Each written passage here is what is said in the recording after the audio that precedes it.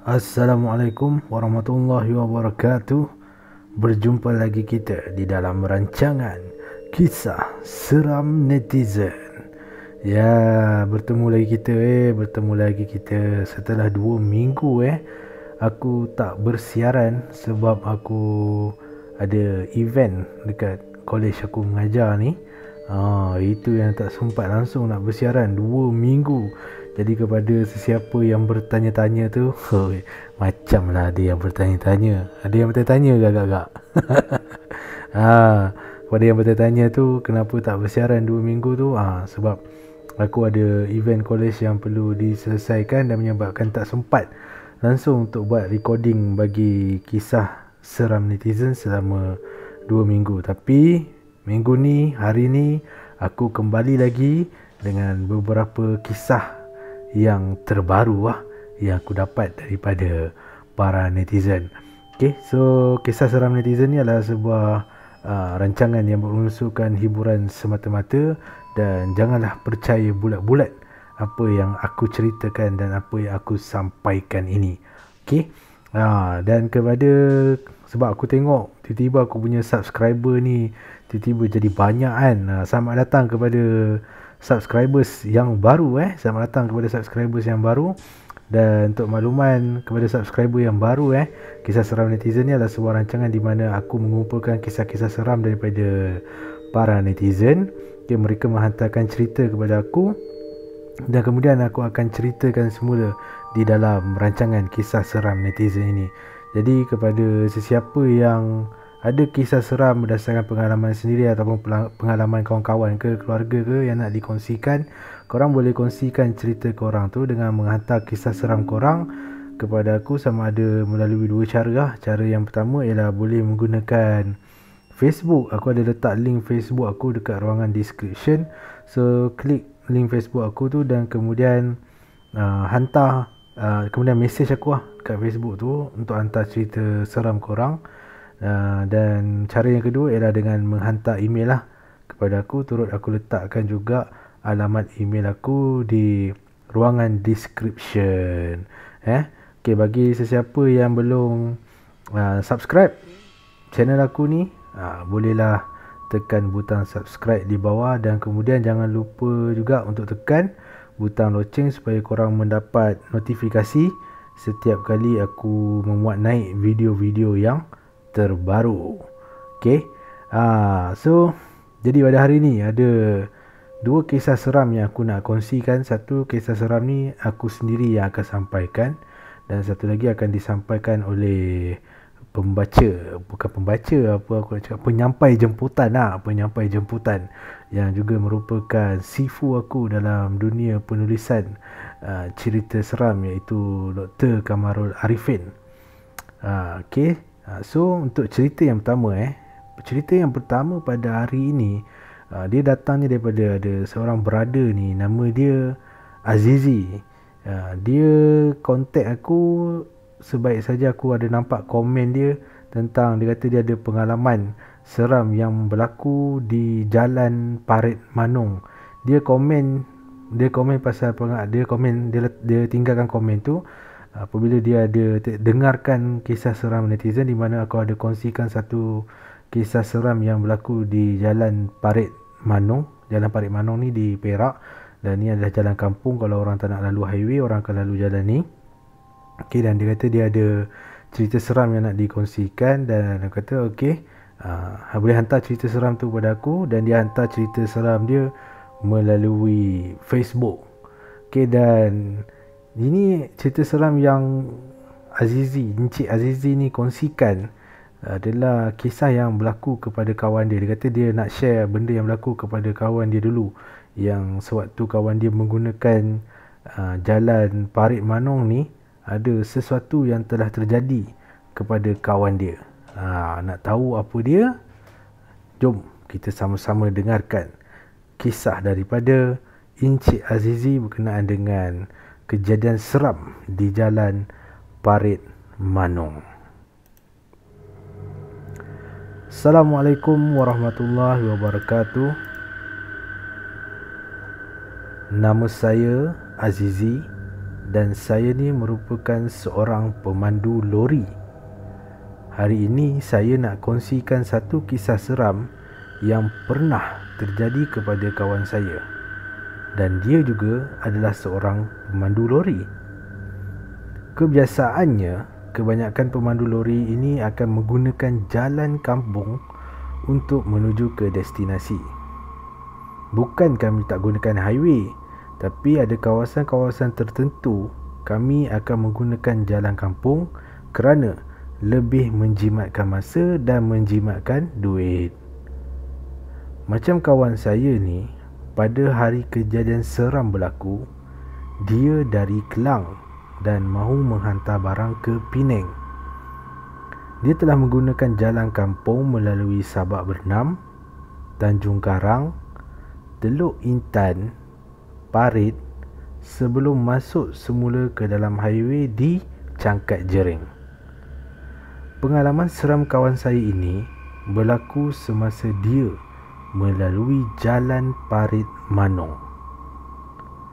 Masa dia lalu jalan tu, waktu sudah pun malam. Tapi bukanlah tengah malam sangat pun. Dan masa tu perut kawan saya dah lapar. Kebetulan pula, masa dia lalu di jalan tu, dia ada ternampak beberapa gerai makan di tepi jalan. Jadi, dia pun berhentilah sekejap untuk membeli makanan. Sebaik sahaja dia turun, dia tengok kat gerai tu ada macam-macam makanan. Ada kuih muih lah, ada makanan-makanan bergoreng lah. Jadi selepas beberapa ketika dia tengok apa makanan yang dia nak pilih, dia pun belilah 2 bungkus mi goreng. Masa bayar, dia bagi kat tuan kedai tu RM50 dan tuan kedai tu serahkan semula RM46 kepadanya. Dan kemudian dia masukkan duit dia dalam kocek seluar. Masa tu memang kawan saya tak ada rasa ragu-ragu langsung pun bila dia tengok dalam keadaan gerai-gerai di situ. So memang tak ada rasa macam seram ke apa, tak ada. Dia anggap gerai tu macam gerai makan yang biasa je. Jadi selesai beli, dia pun kembali ke lori. Semasa di dalam lori, sebelum nak teruskan perjalanan, kawan saya ni pun makanlah dulu sebungkus mi goreng. Dah habis makan, dia pun sambunglah perjalanan ke Cangkat Jering untuk memasuki highway semula. Apabila sampai di Cangkat Jering, sebelum masuk highway, dia singgah sekejap di sebuah stesen minyak untuk membuang air kecil. Okey, para pendengar kisah seram netizen, okey, beri tumpuan anda, beri tumpuan korang untuk kejadian yang seterusnya ini Tapi sebelum kawan saya nak keluar dari lori, sebelum dia nak ke toilet, kawan saya ni nak simpan duit baki beli mi goreng tadi yang dia simpan dalam kocek dia tadi. Jadi dia pun seluklah tangan dia ke dalam kocek seluar untuk ambil duit dan untuk simpan dalam dompet. Masa dia masukkan tangan dalam kocek dia, dia dah rasa pelik. Dia rasa benda yang ada dalam poket seluar dia tu bukan duit kertas. Bukan duit lah, senang cerita kan. Jadi dia pun tariklah benda yang ada dalam poketnya. Dan alangkah terperanjatnya dia sebab apa yang dia pegang ialah 4 keping daun kering. Duit kertas yang dia dapat tadi tiba-tiba dah bertukar jadi daun kering. Masa tu bulu roma dia terus meremang. Bayangkan masa bayar, masa dapat duit baki dekat jalan Parit Manong tu, dia dapat duit kertas. Sekali tiba-tiba dia sampai kat Cangkat Jering, dia keluarkan duit yang disimpan dalam kocek tu, dia keluarkan, tengok-tengok dah jadi daun kering. Masa tu bulu roma dia semua meremang. Kawan saya ni dah mula rasa tak sedap hati. Dia tengok satu lagi bungkusan mi goreng yang dia dah beli tadi dan masih belum dimakan. Dia pun ambil bungkusan mi goreng tu dan perlahan-lahan dia buka bungkusan mi goreng tu. Sekali lagi kawan saya terkejut sebab dalam bungkusan tu ada tanah liat yang bercampur dengan cacing dan ulat. Kawan saya ni serta-merta jadi lawyer, memandangkan dia dah makan bungkusan yang pertama. Dia tahu mi yang dia makan tadi pastinya dan sebenarnya bukanlah mi goreng. Kawan saya pun apa lagi, terus keluar dari lori, dia buang bungkusan mi goreng tu dan kemudian dia pergi toilet, dia muntah. Memang dia muntah habis lah apa semua benda yang dia makan. Dia memang rasa geli yang teramat sangat. Mudahlah kawan saya ni tak ada apa-apa pun yang terjadi pada dia. Ada sakit perut ke apa, cuma dia memang rasa lawyer, dia rasa seram. Dan selepas tu dia pun teruskanlah perjalanan ke Penang. Dan dalam perjalanan tu memang dia bertanya-tanya sendirian lah, macam mana mi goreng yang dia beli tu, yang dia asalnya dia tengok memang mi goreng, tapi bila dia sampai kat Tangkap Jering, tiba-tiba dah berubah jadi tanah liat, campur dengan cacing, campur dengan ulat. Bayangkan wahai para pendengar kisah seram netizen, beli mi goreng, awal-awal tengok mi goreng, tapi bila dah jalan jauh sikit, tengok-tengok mi goreng berubah lah jadi cacing, jadi ulat, jadi tanah. Sehari selepas selesai urusan kawan saya di Penang, dia lalu semula jalan Parit Manong tu sebab dia nak periksa tempat yang dia berhenti beli makanan kat gerai tu. Masih dia lalu tu, waktu tu siang, lebih kurang dalam 2 atau 3 petang macam tu lah. Apabila dia sampai di situ, memang dia terkejut sangat dengan apa yang dia temui. Tempat gerai yang dia singgah beli makanan tu sebenarnya adalah kawasan perkuburan Cina. Bulu roma kawan saya meremang serta-merta apabila dia melihat kawasan tersebut dan kemudian dia terus memecut meninggalkan kawasan tersebut. Apabila dia dah jauh sedikit daripada kawasan perkuburan Cina tu, dia singgah di sebuah kedai makan.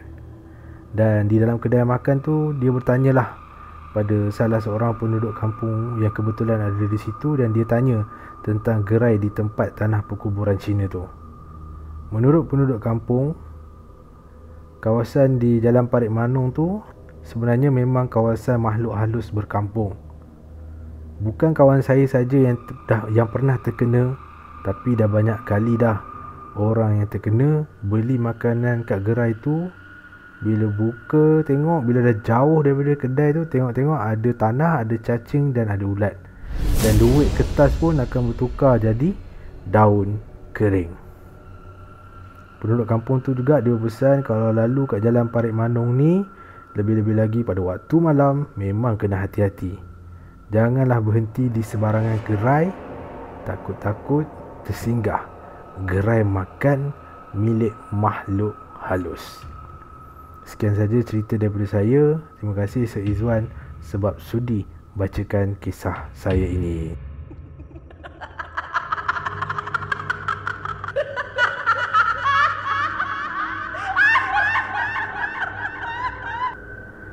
Ya, itulah dia kisah yang disampaikan, yang dikongsikan oleh saudara Azizi, Encik Azizi, seorang pemandu lori, berkenaan dengan pengalaman kawan dia yang menemui bukan menemui, yang beli beli makanan dekat gerai makhluk halus ni.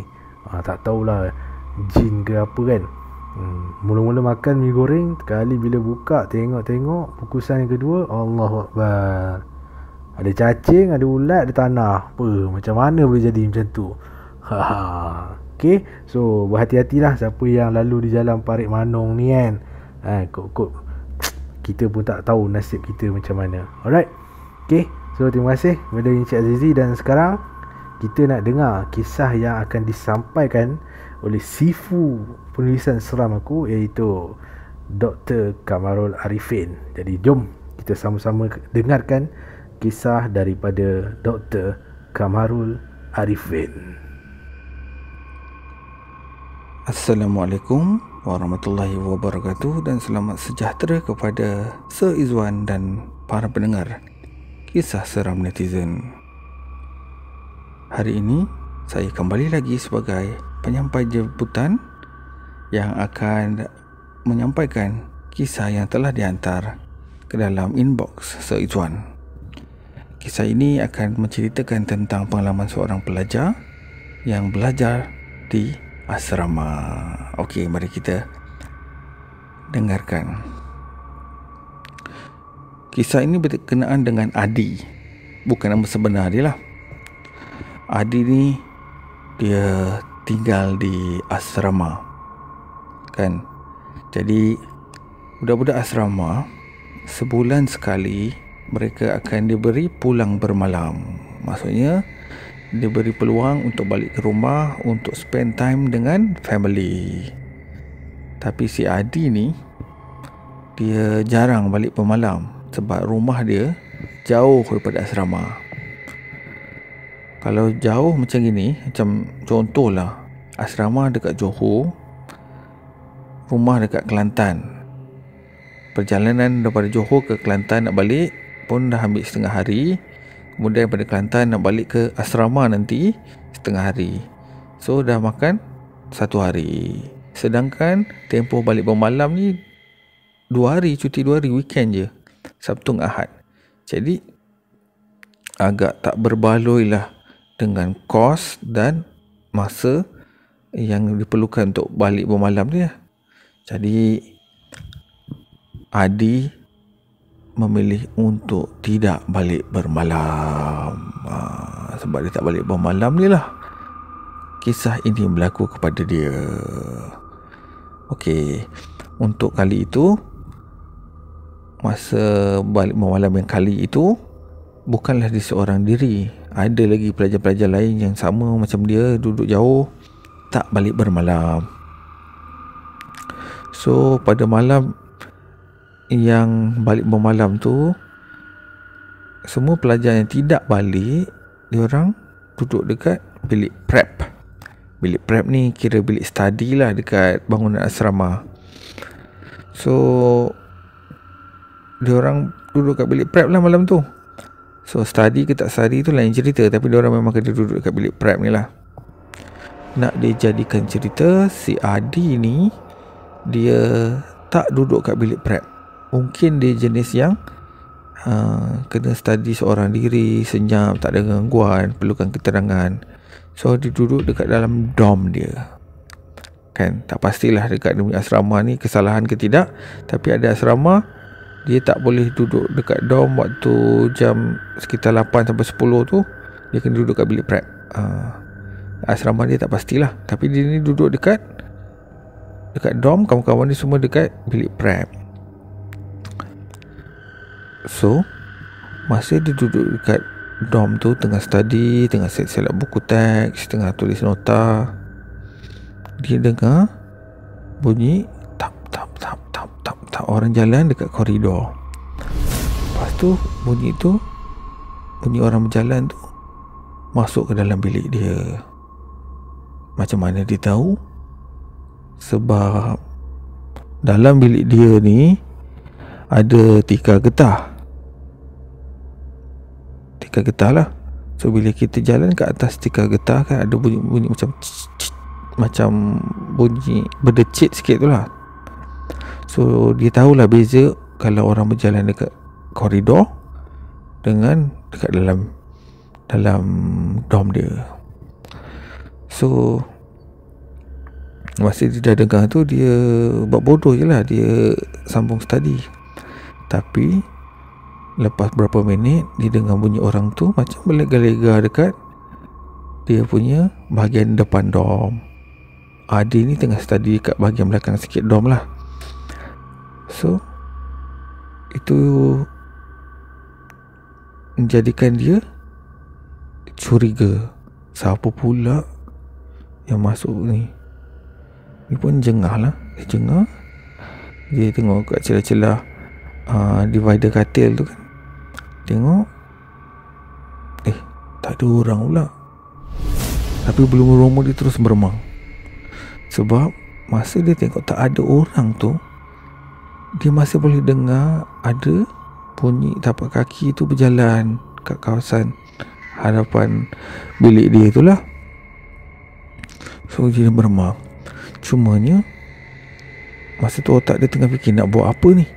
Sebab kalau dia nak keluar lari, dia kena pergi kat kawasan yang dia dengar bunyi tapak kaki orang berjalan tu kan. Jadi macam seram juga. So dia decide untuk confront. Dia cakap, "Oi, aku tak kacau kau, kau jangan kacau aku. Aku nak duduk kat sini study. So jangan kacau aku. Aku tak kacau kau, kau jangan kacau aku." Dia pun cakap macam tu kan. Lepas dia cakap macam tu,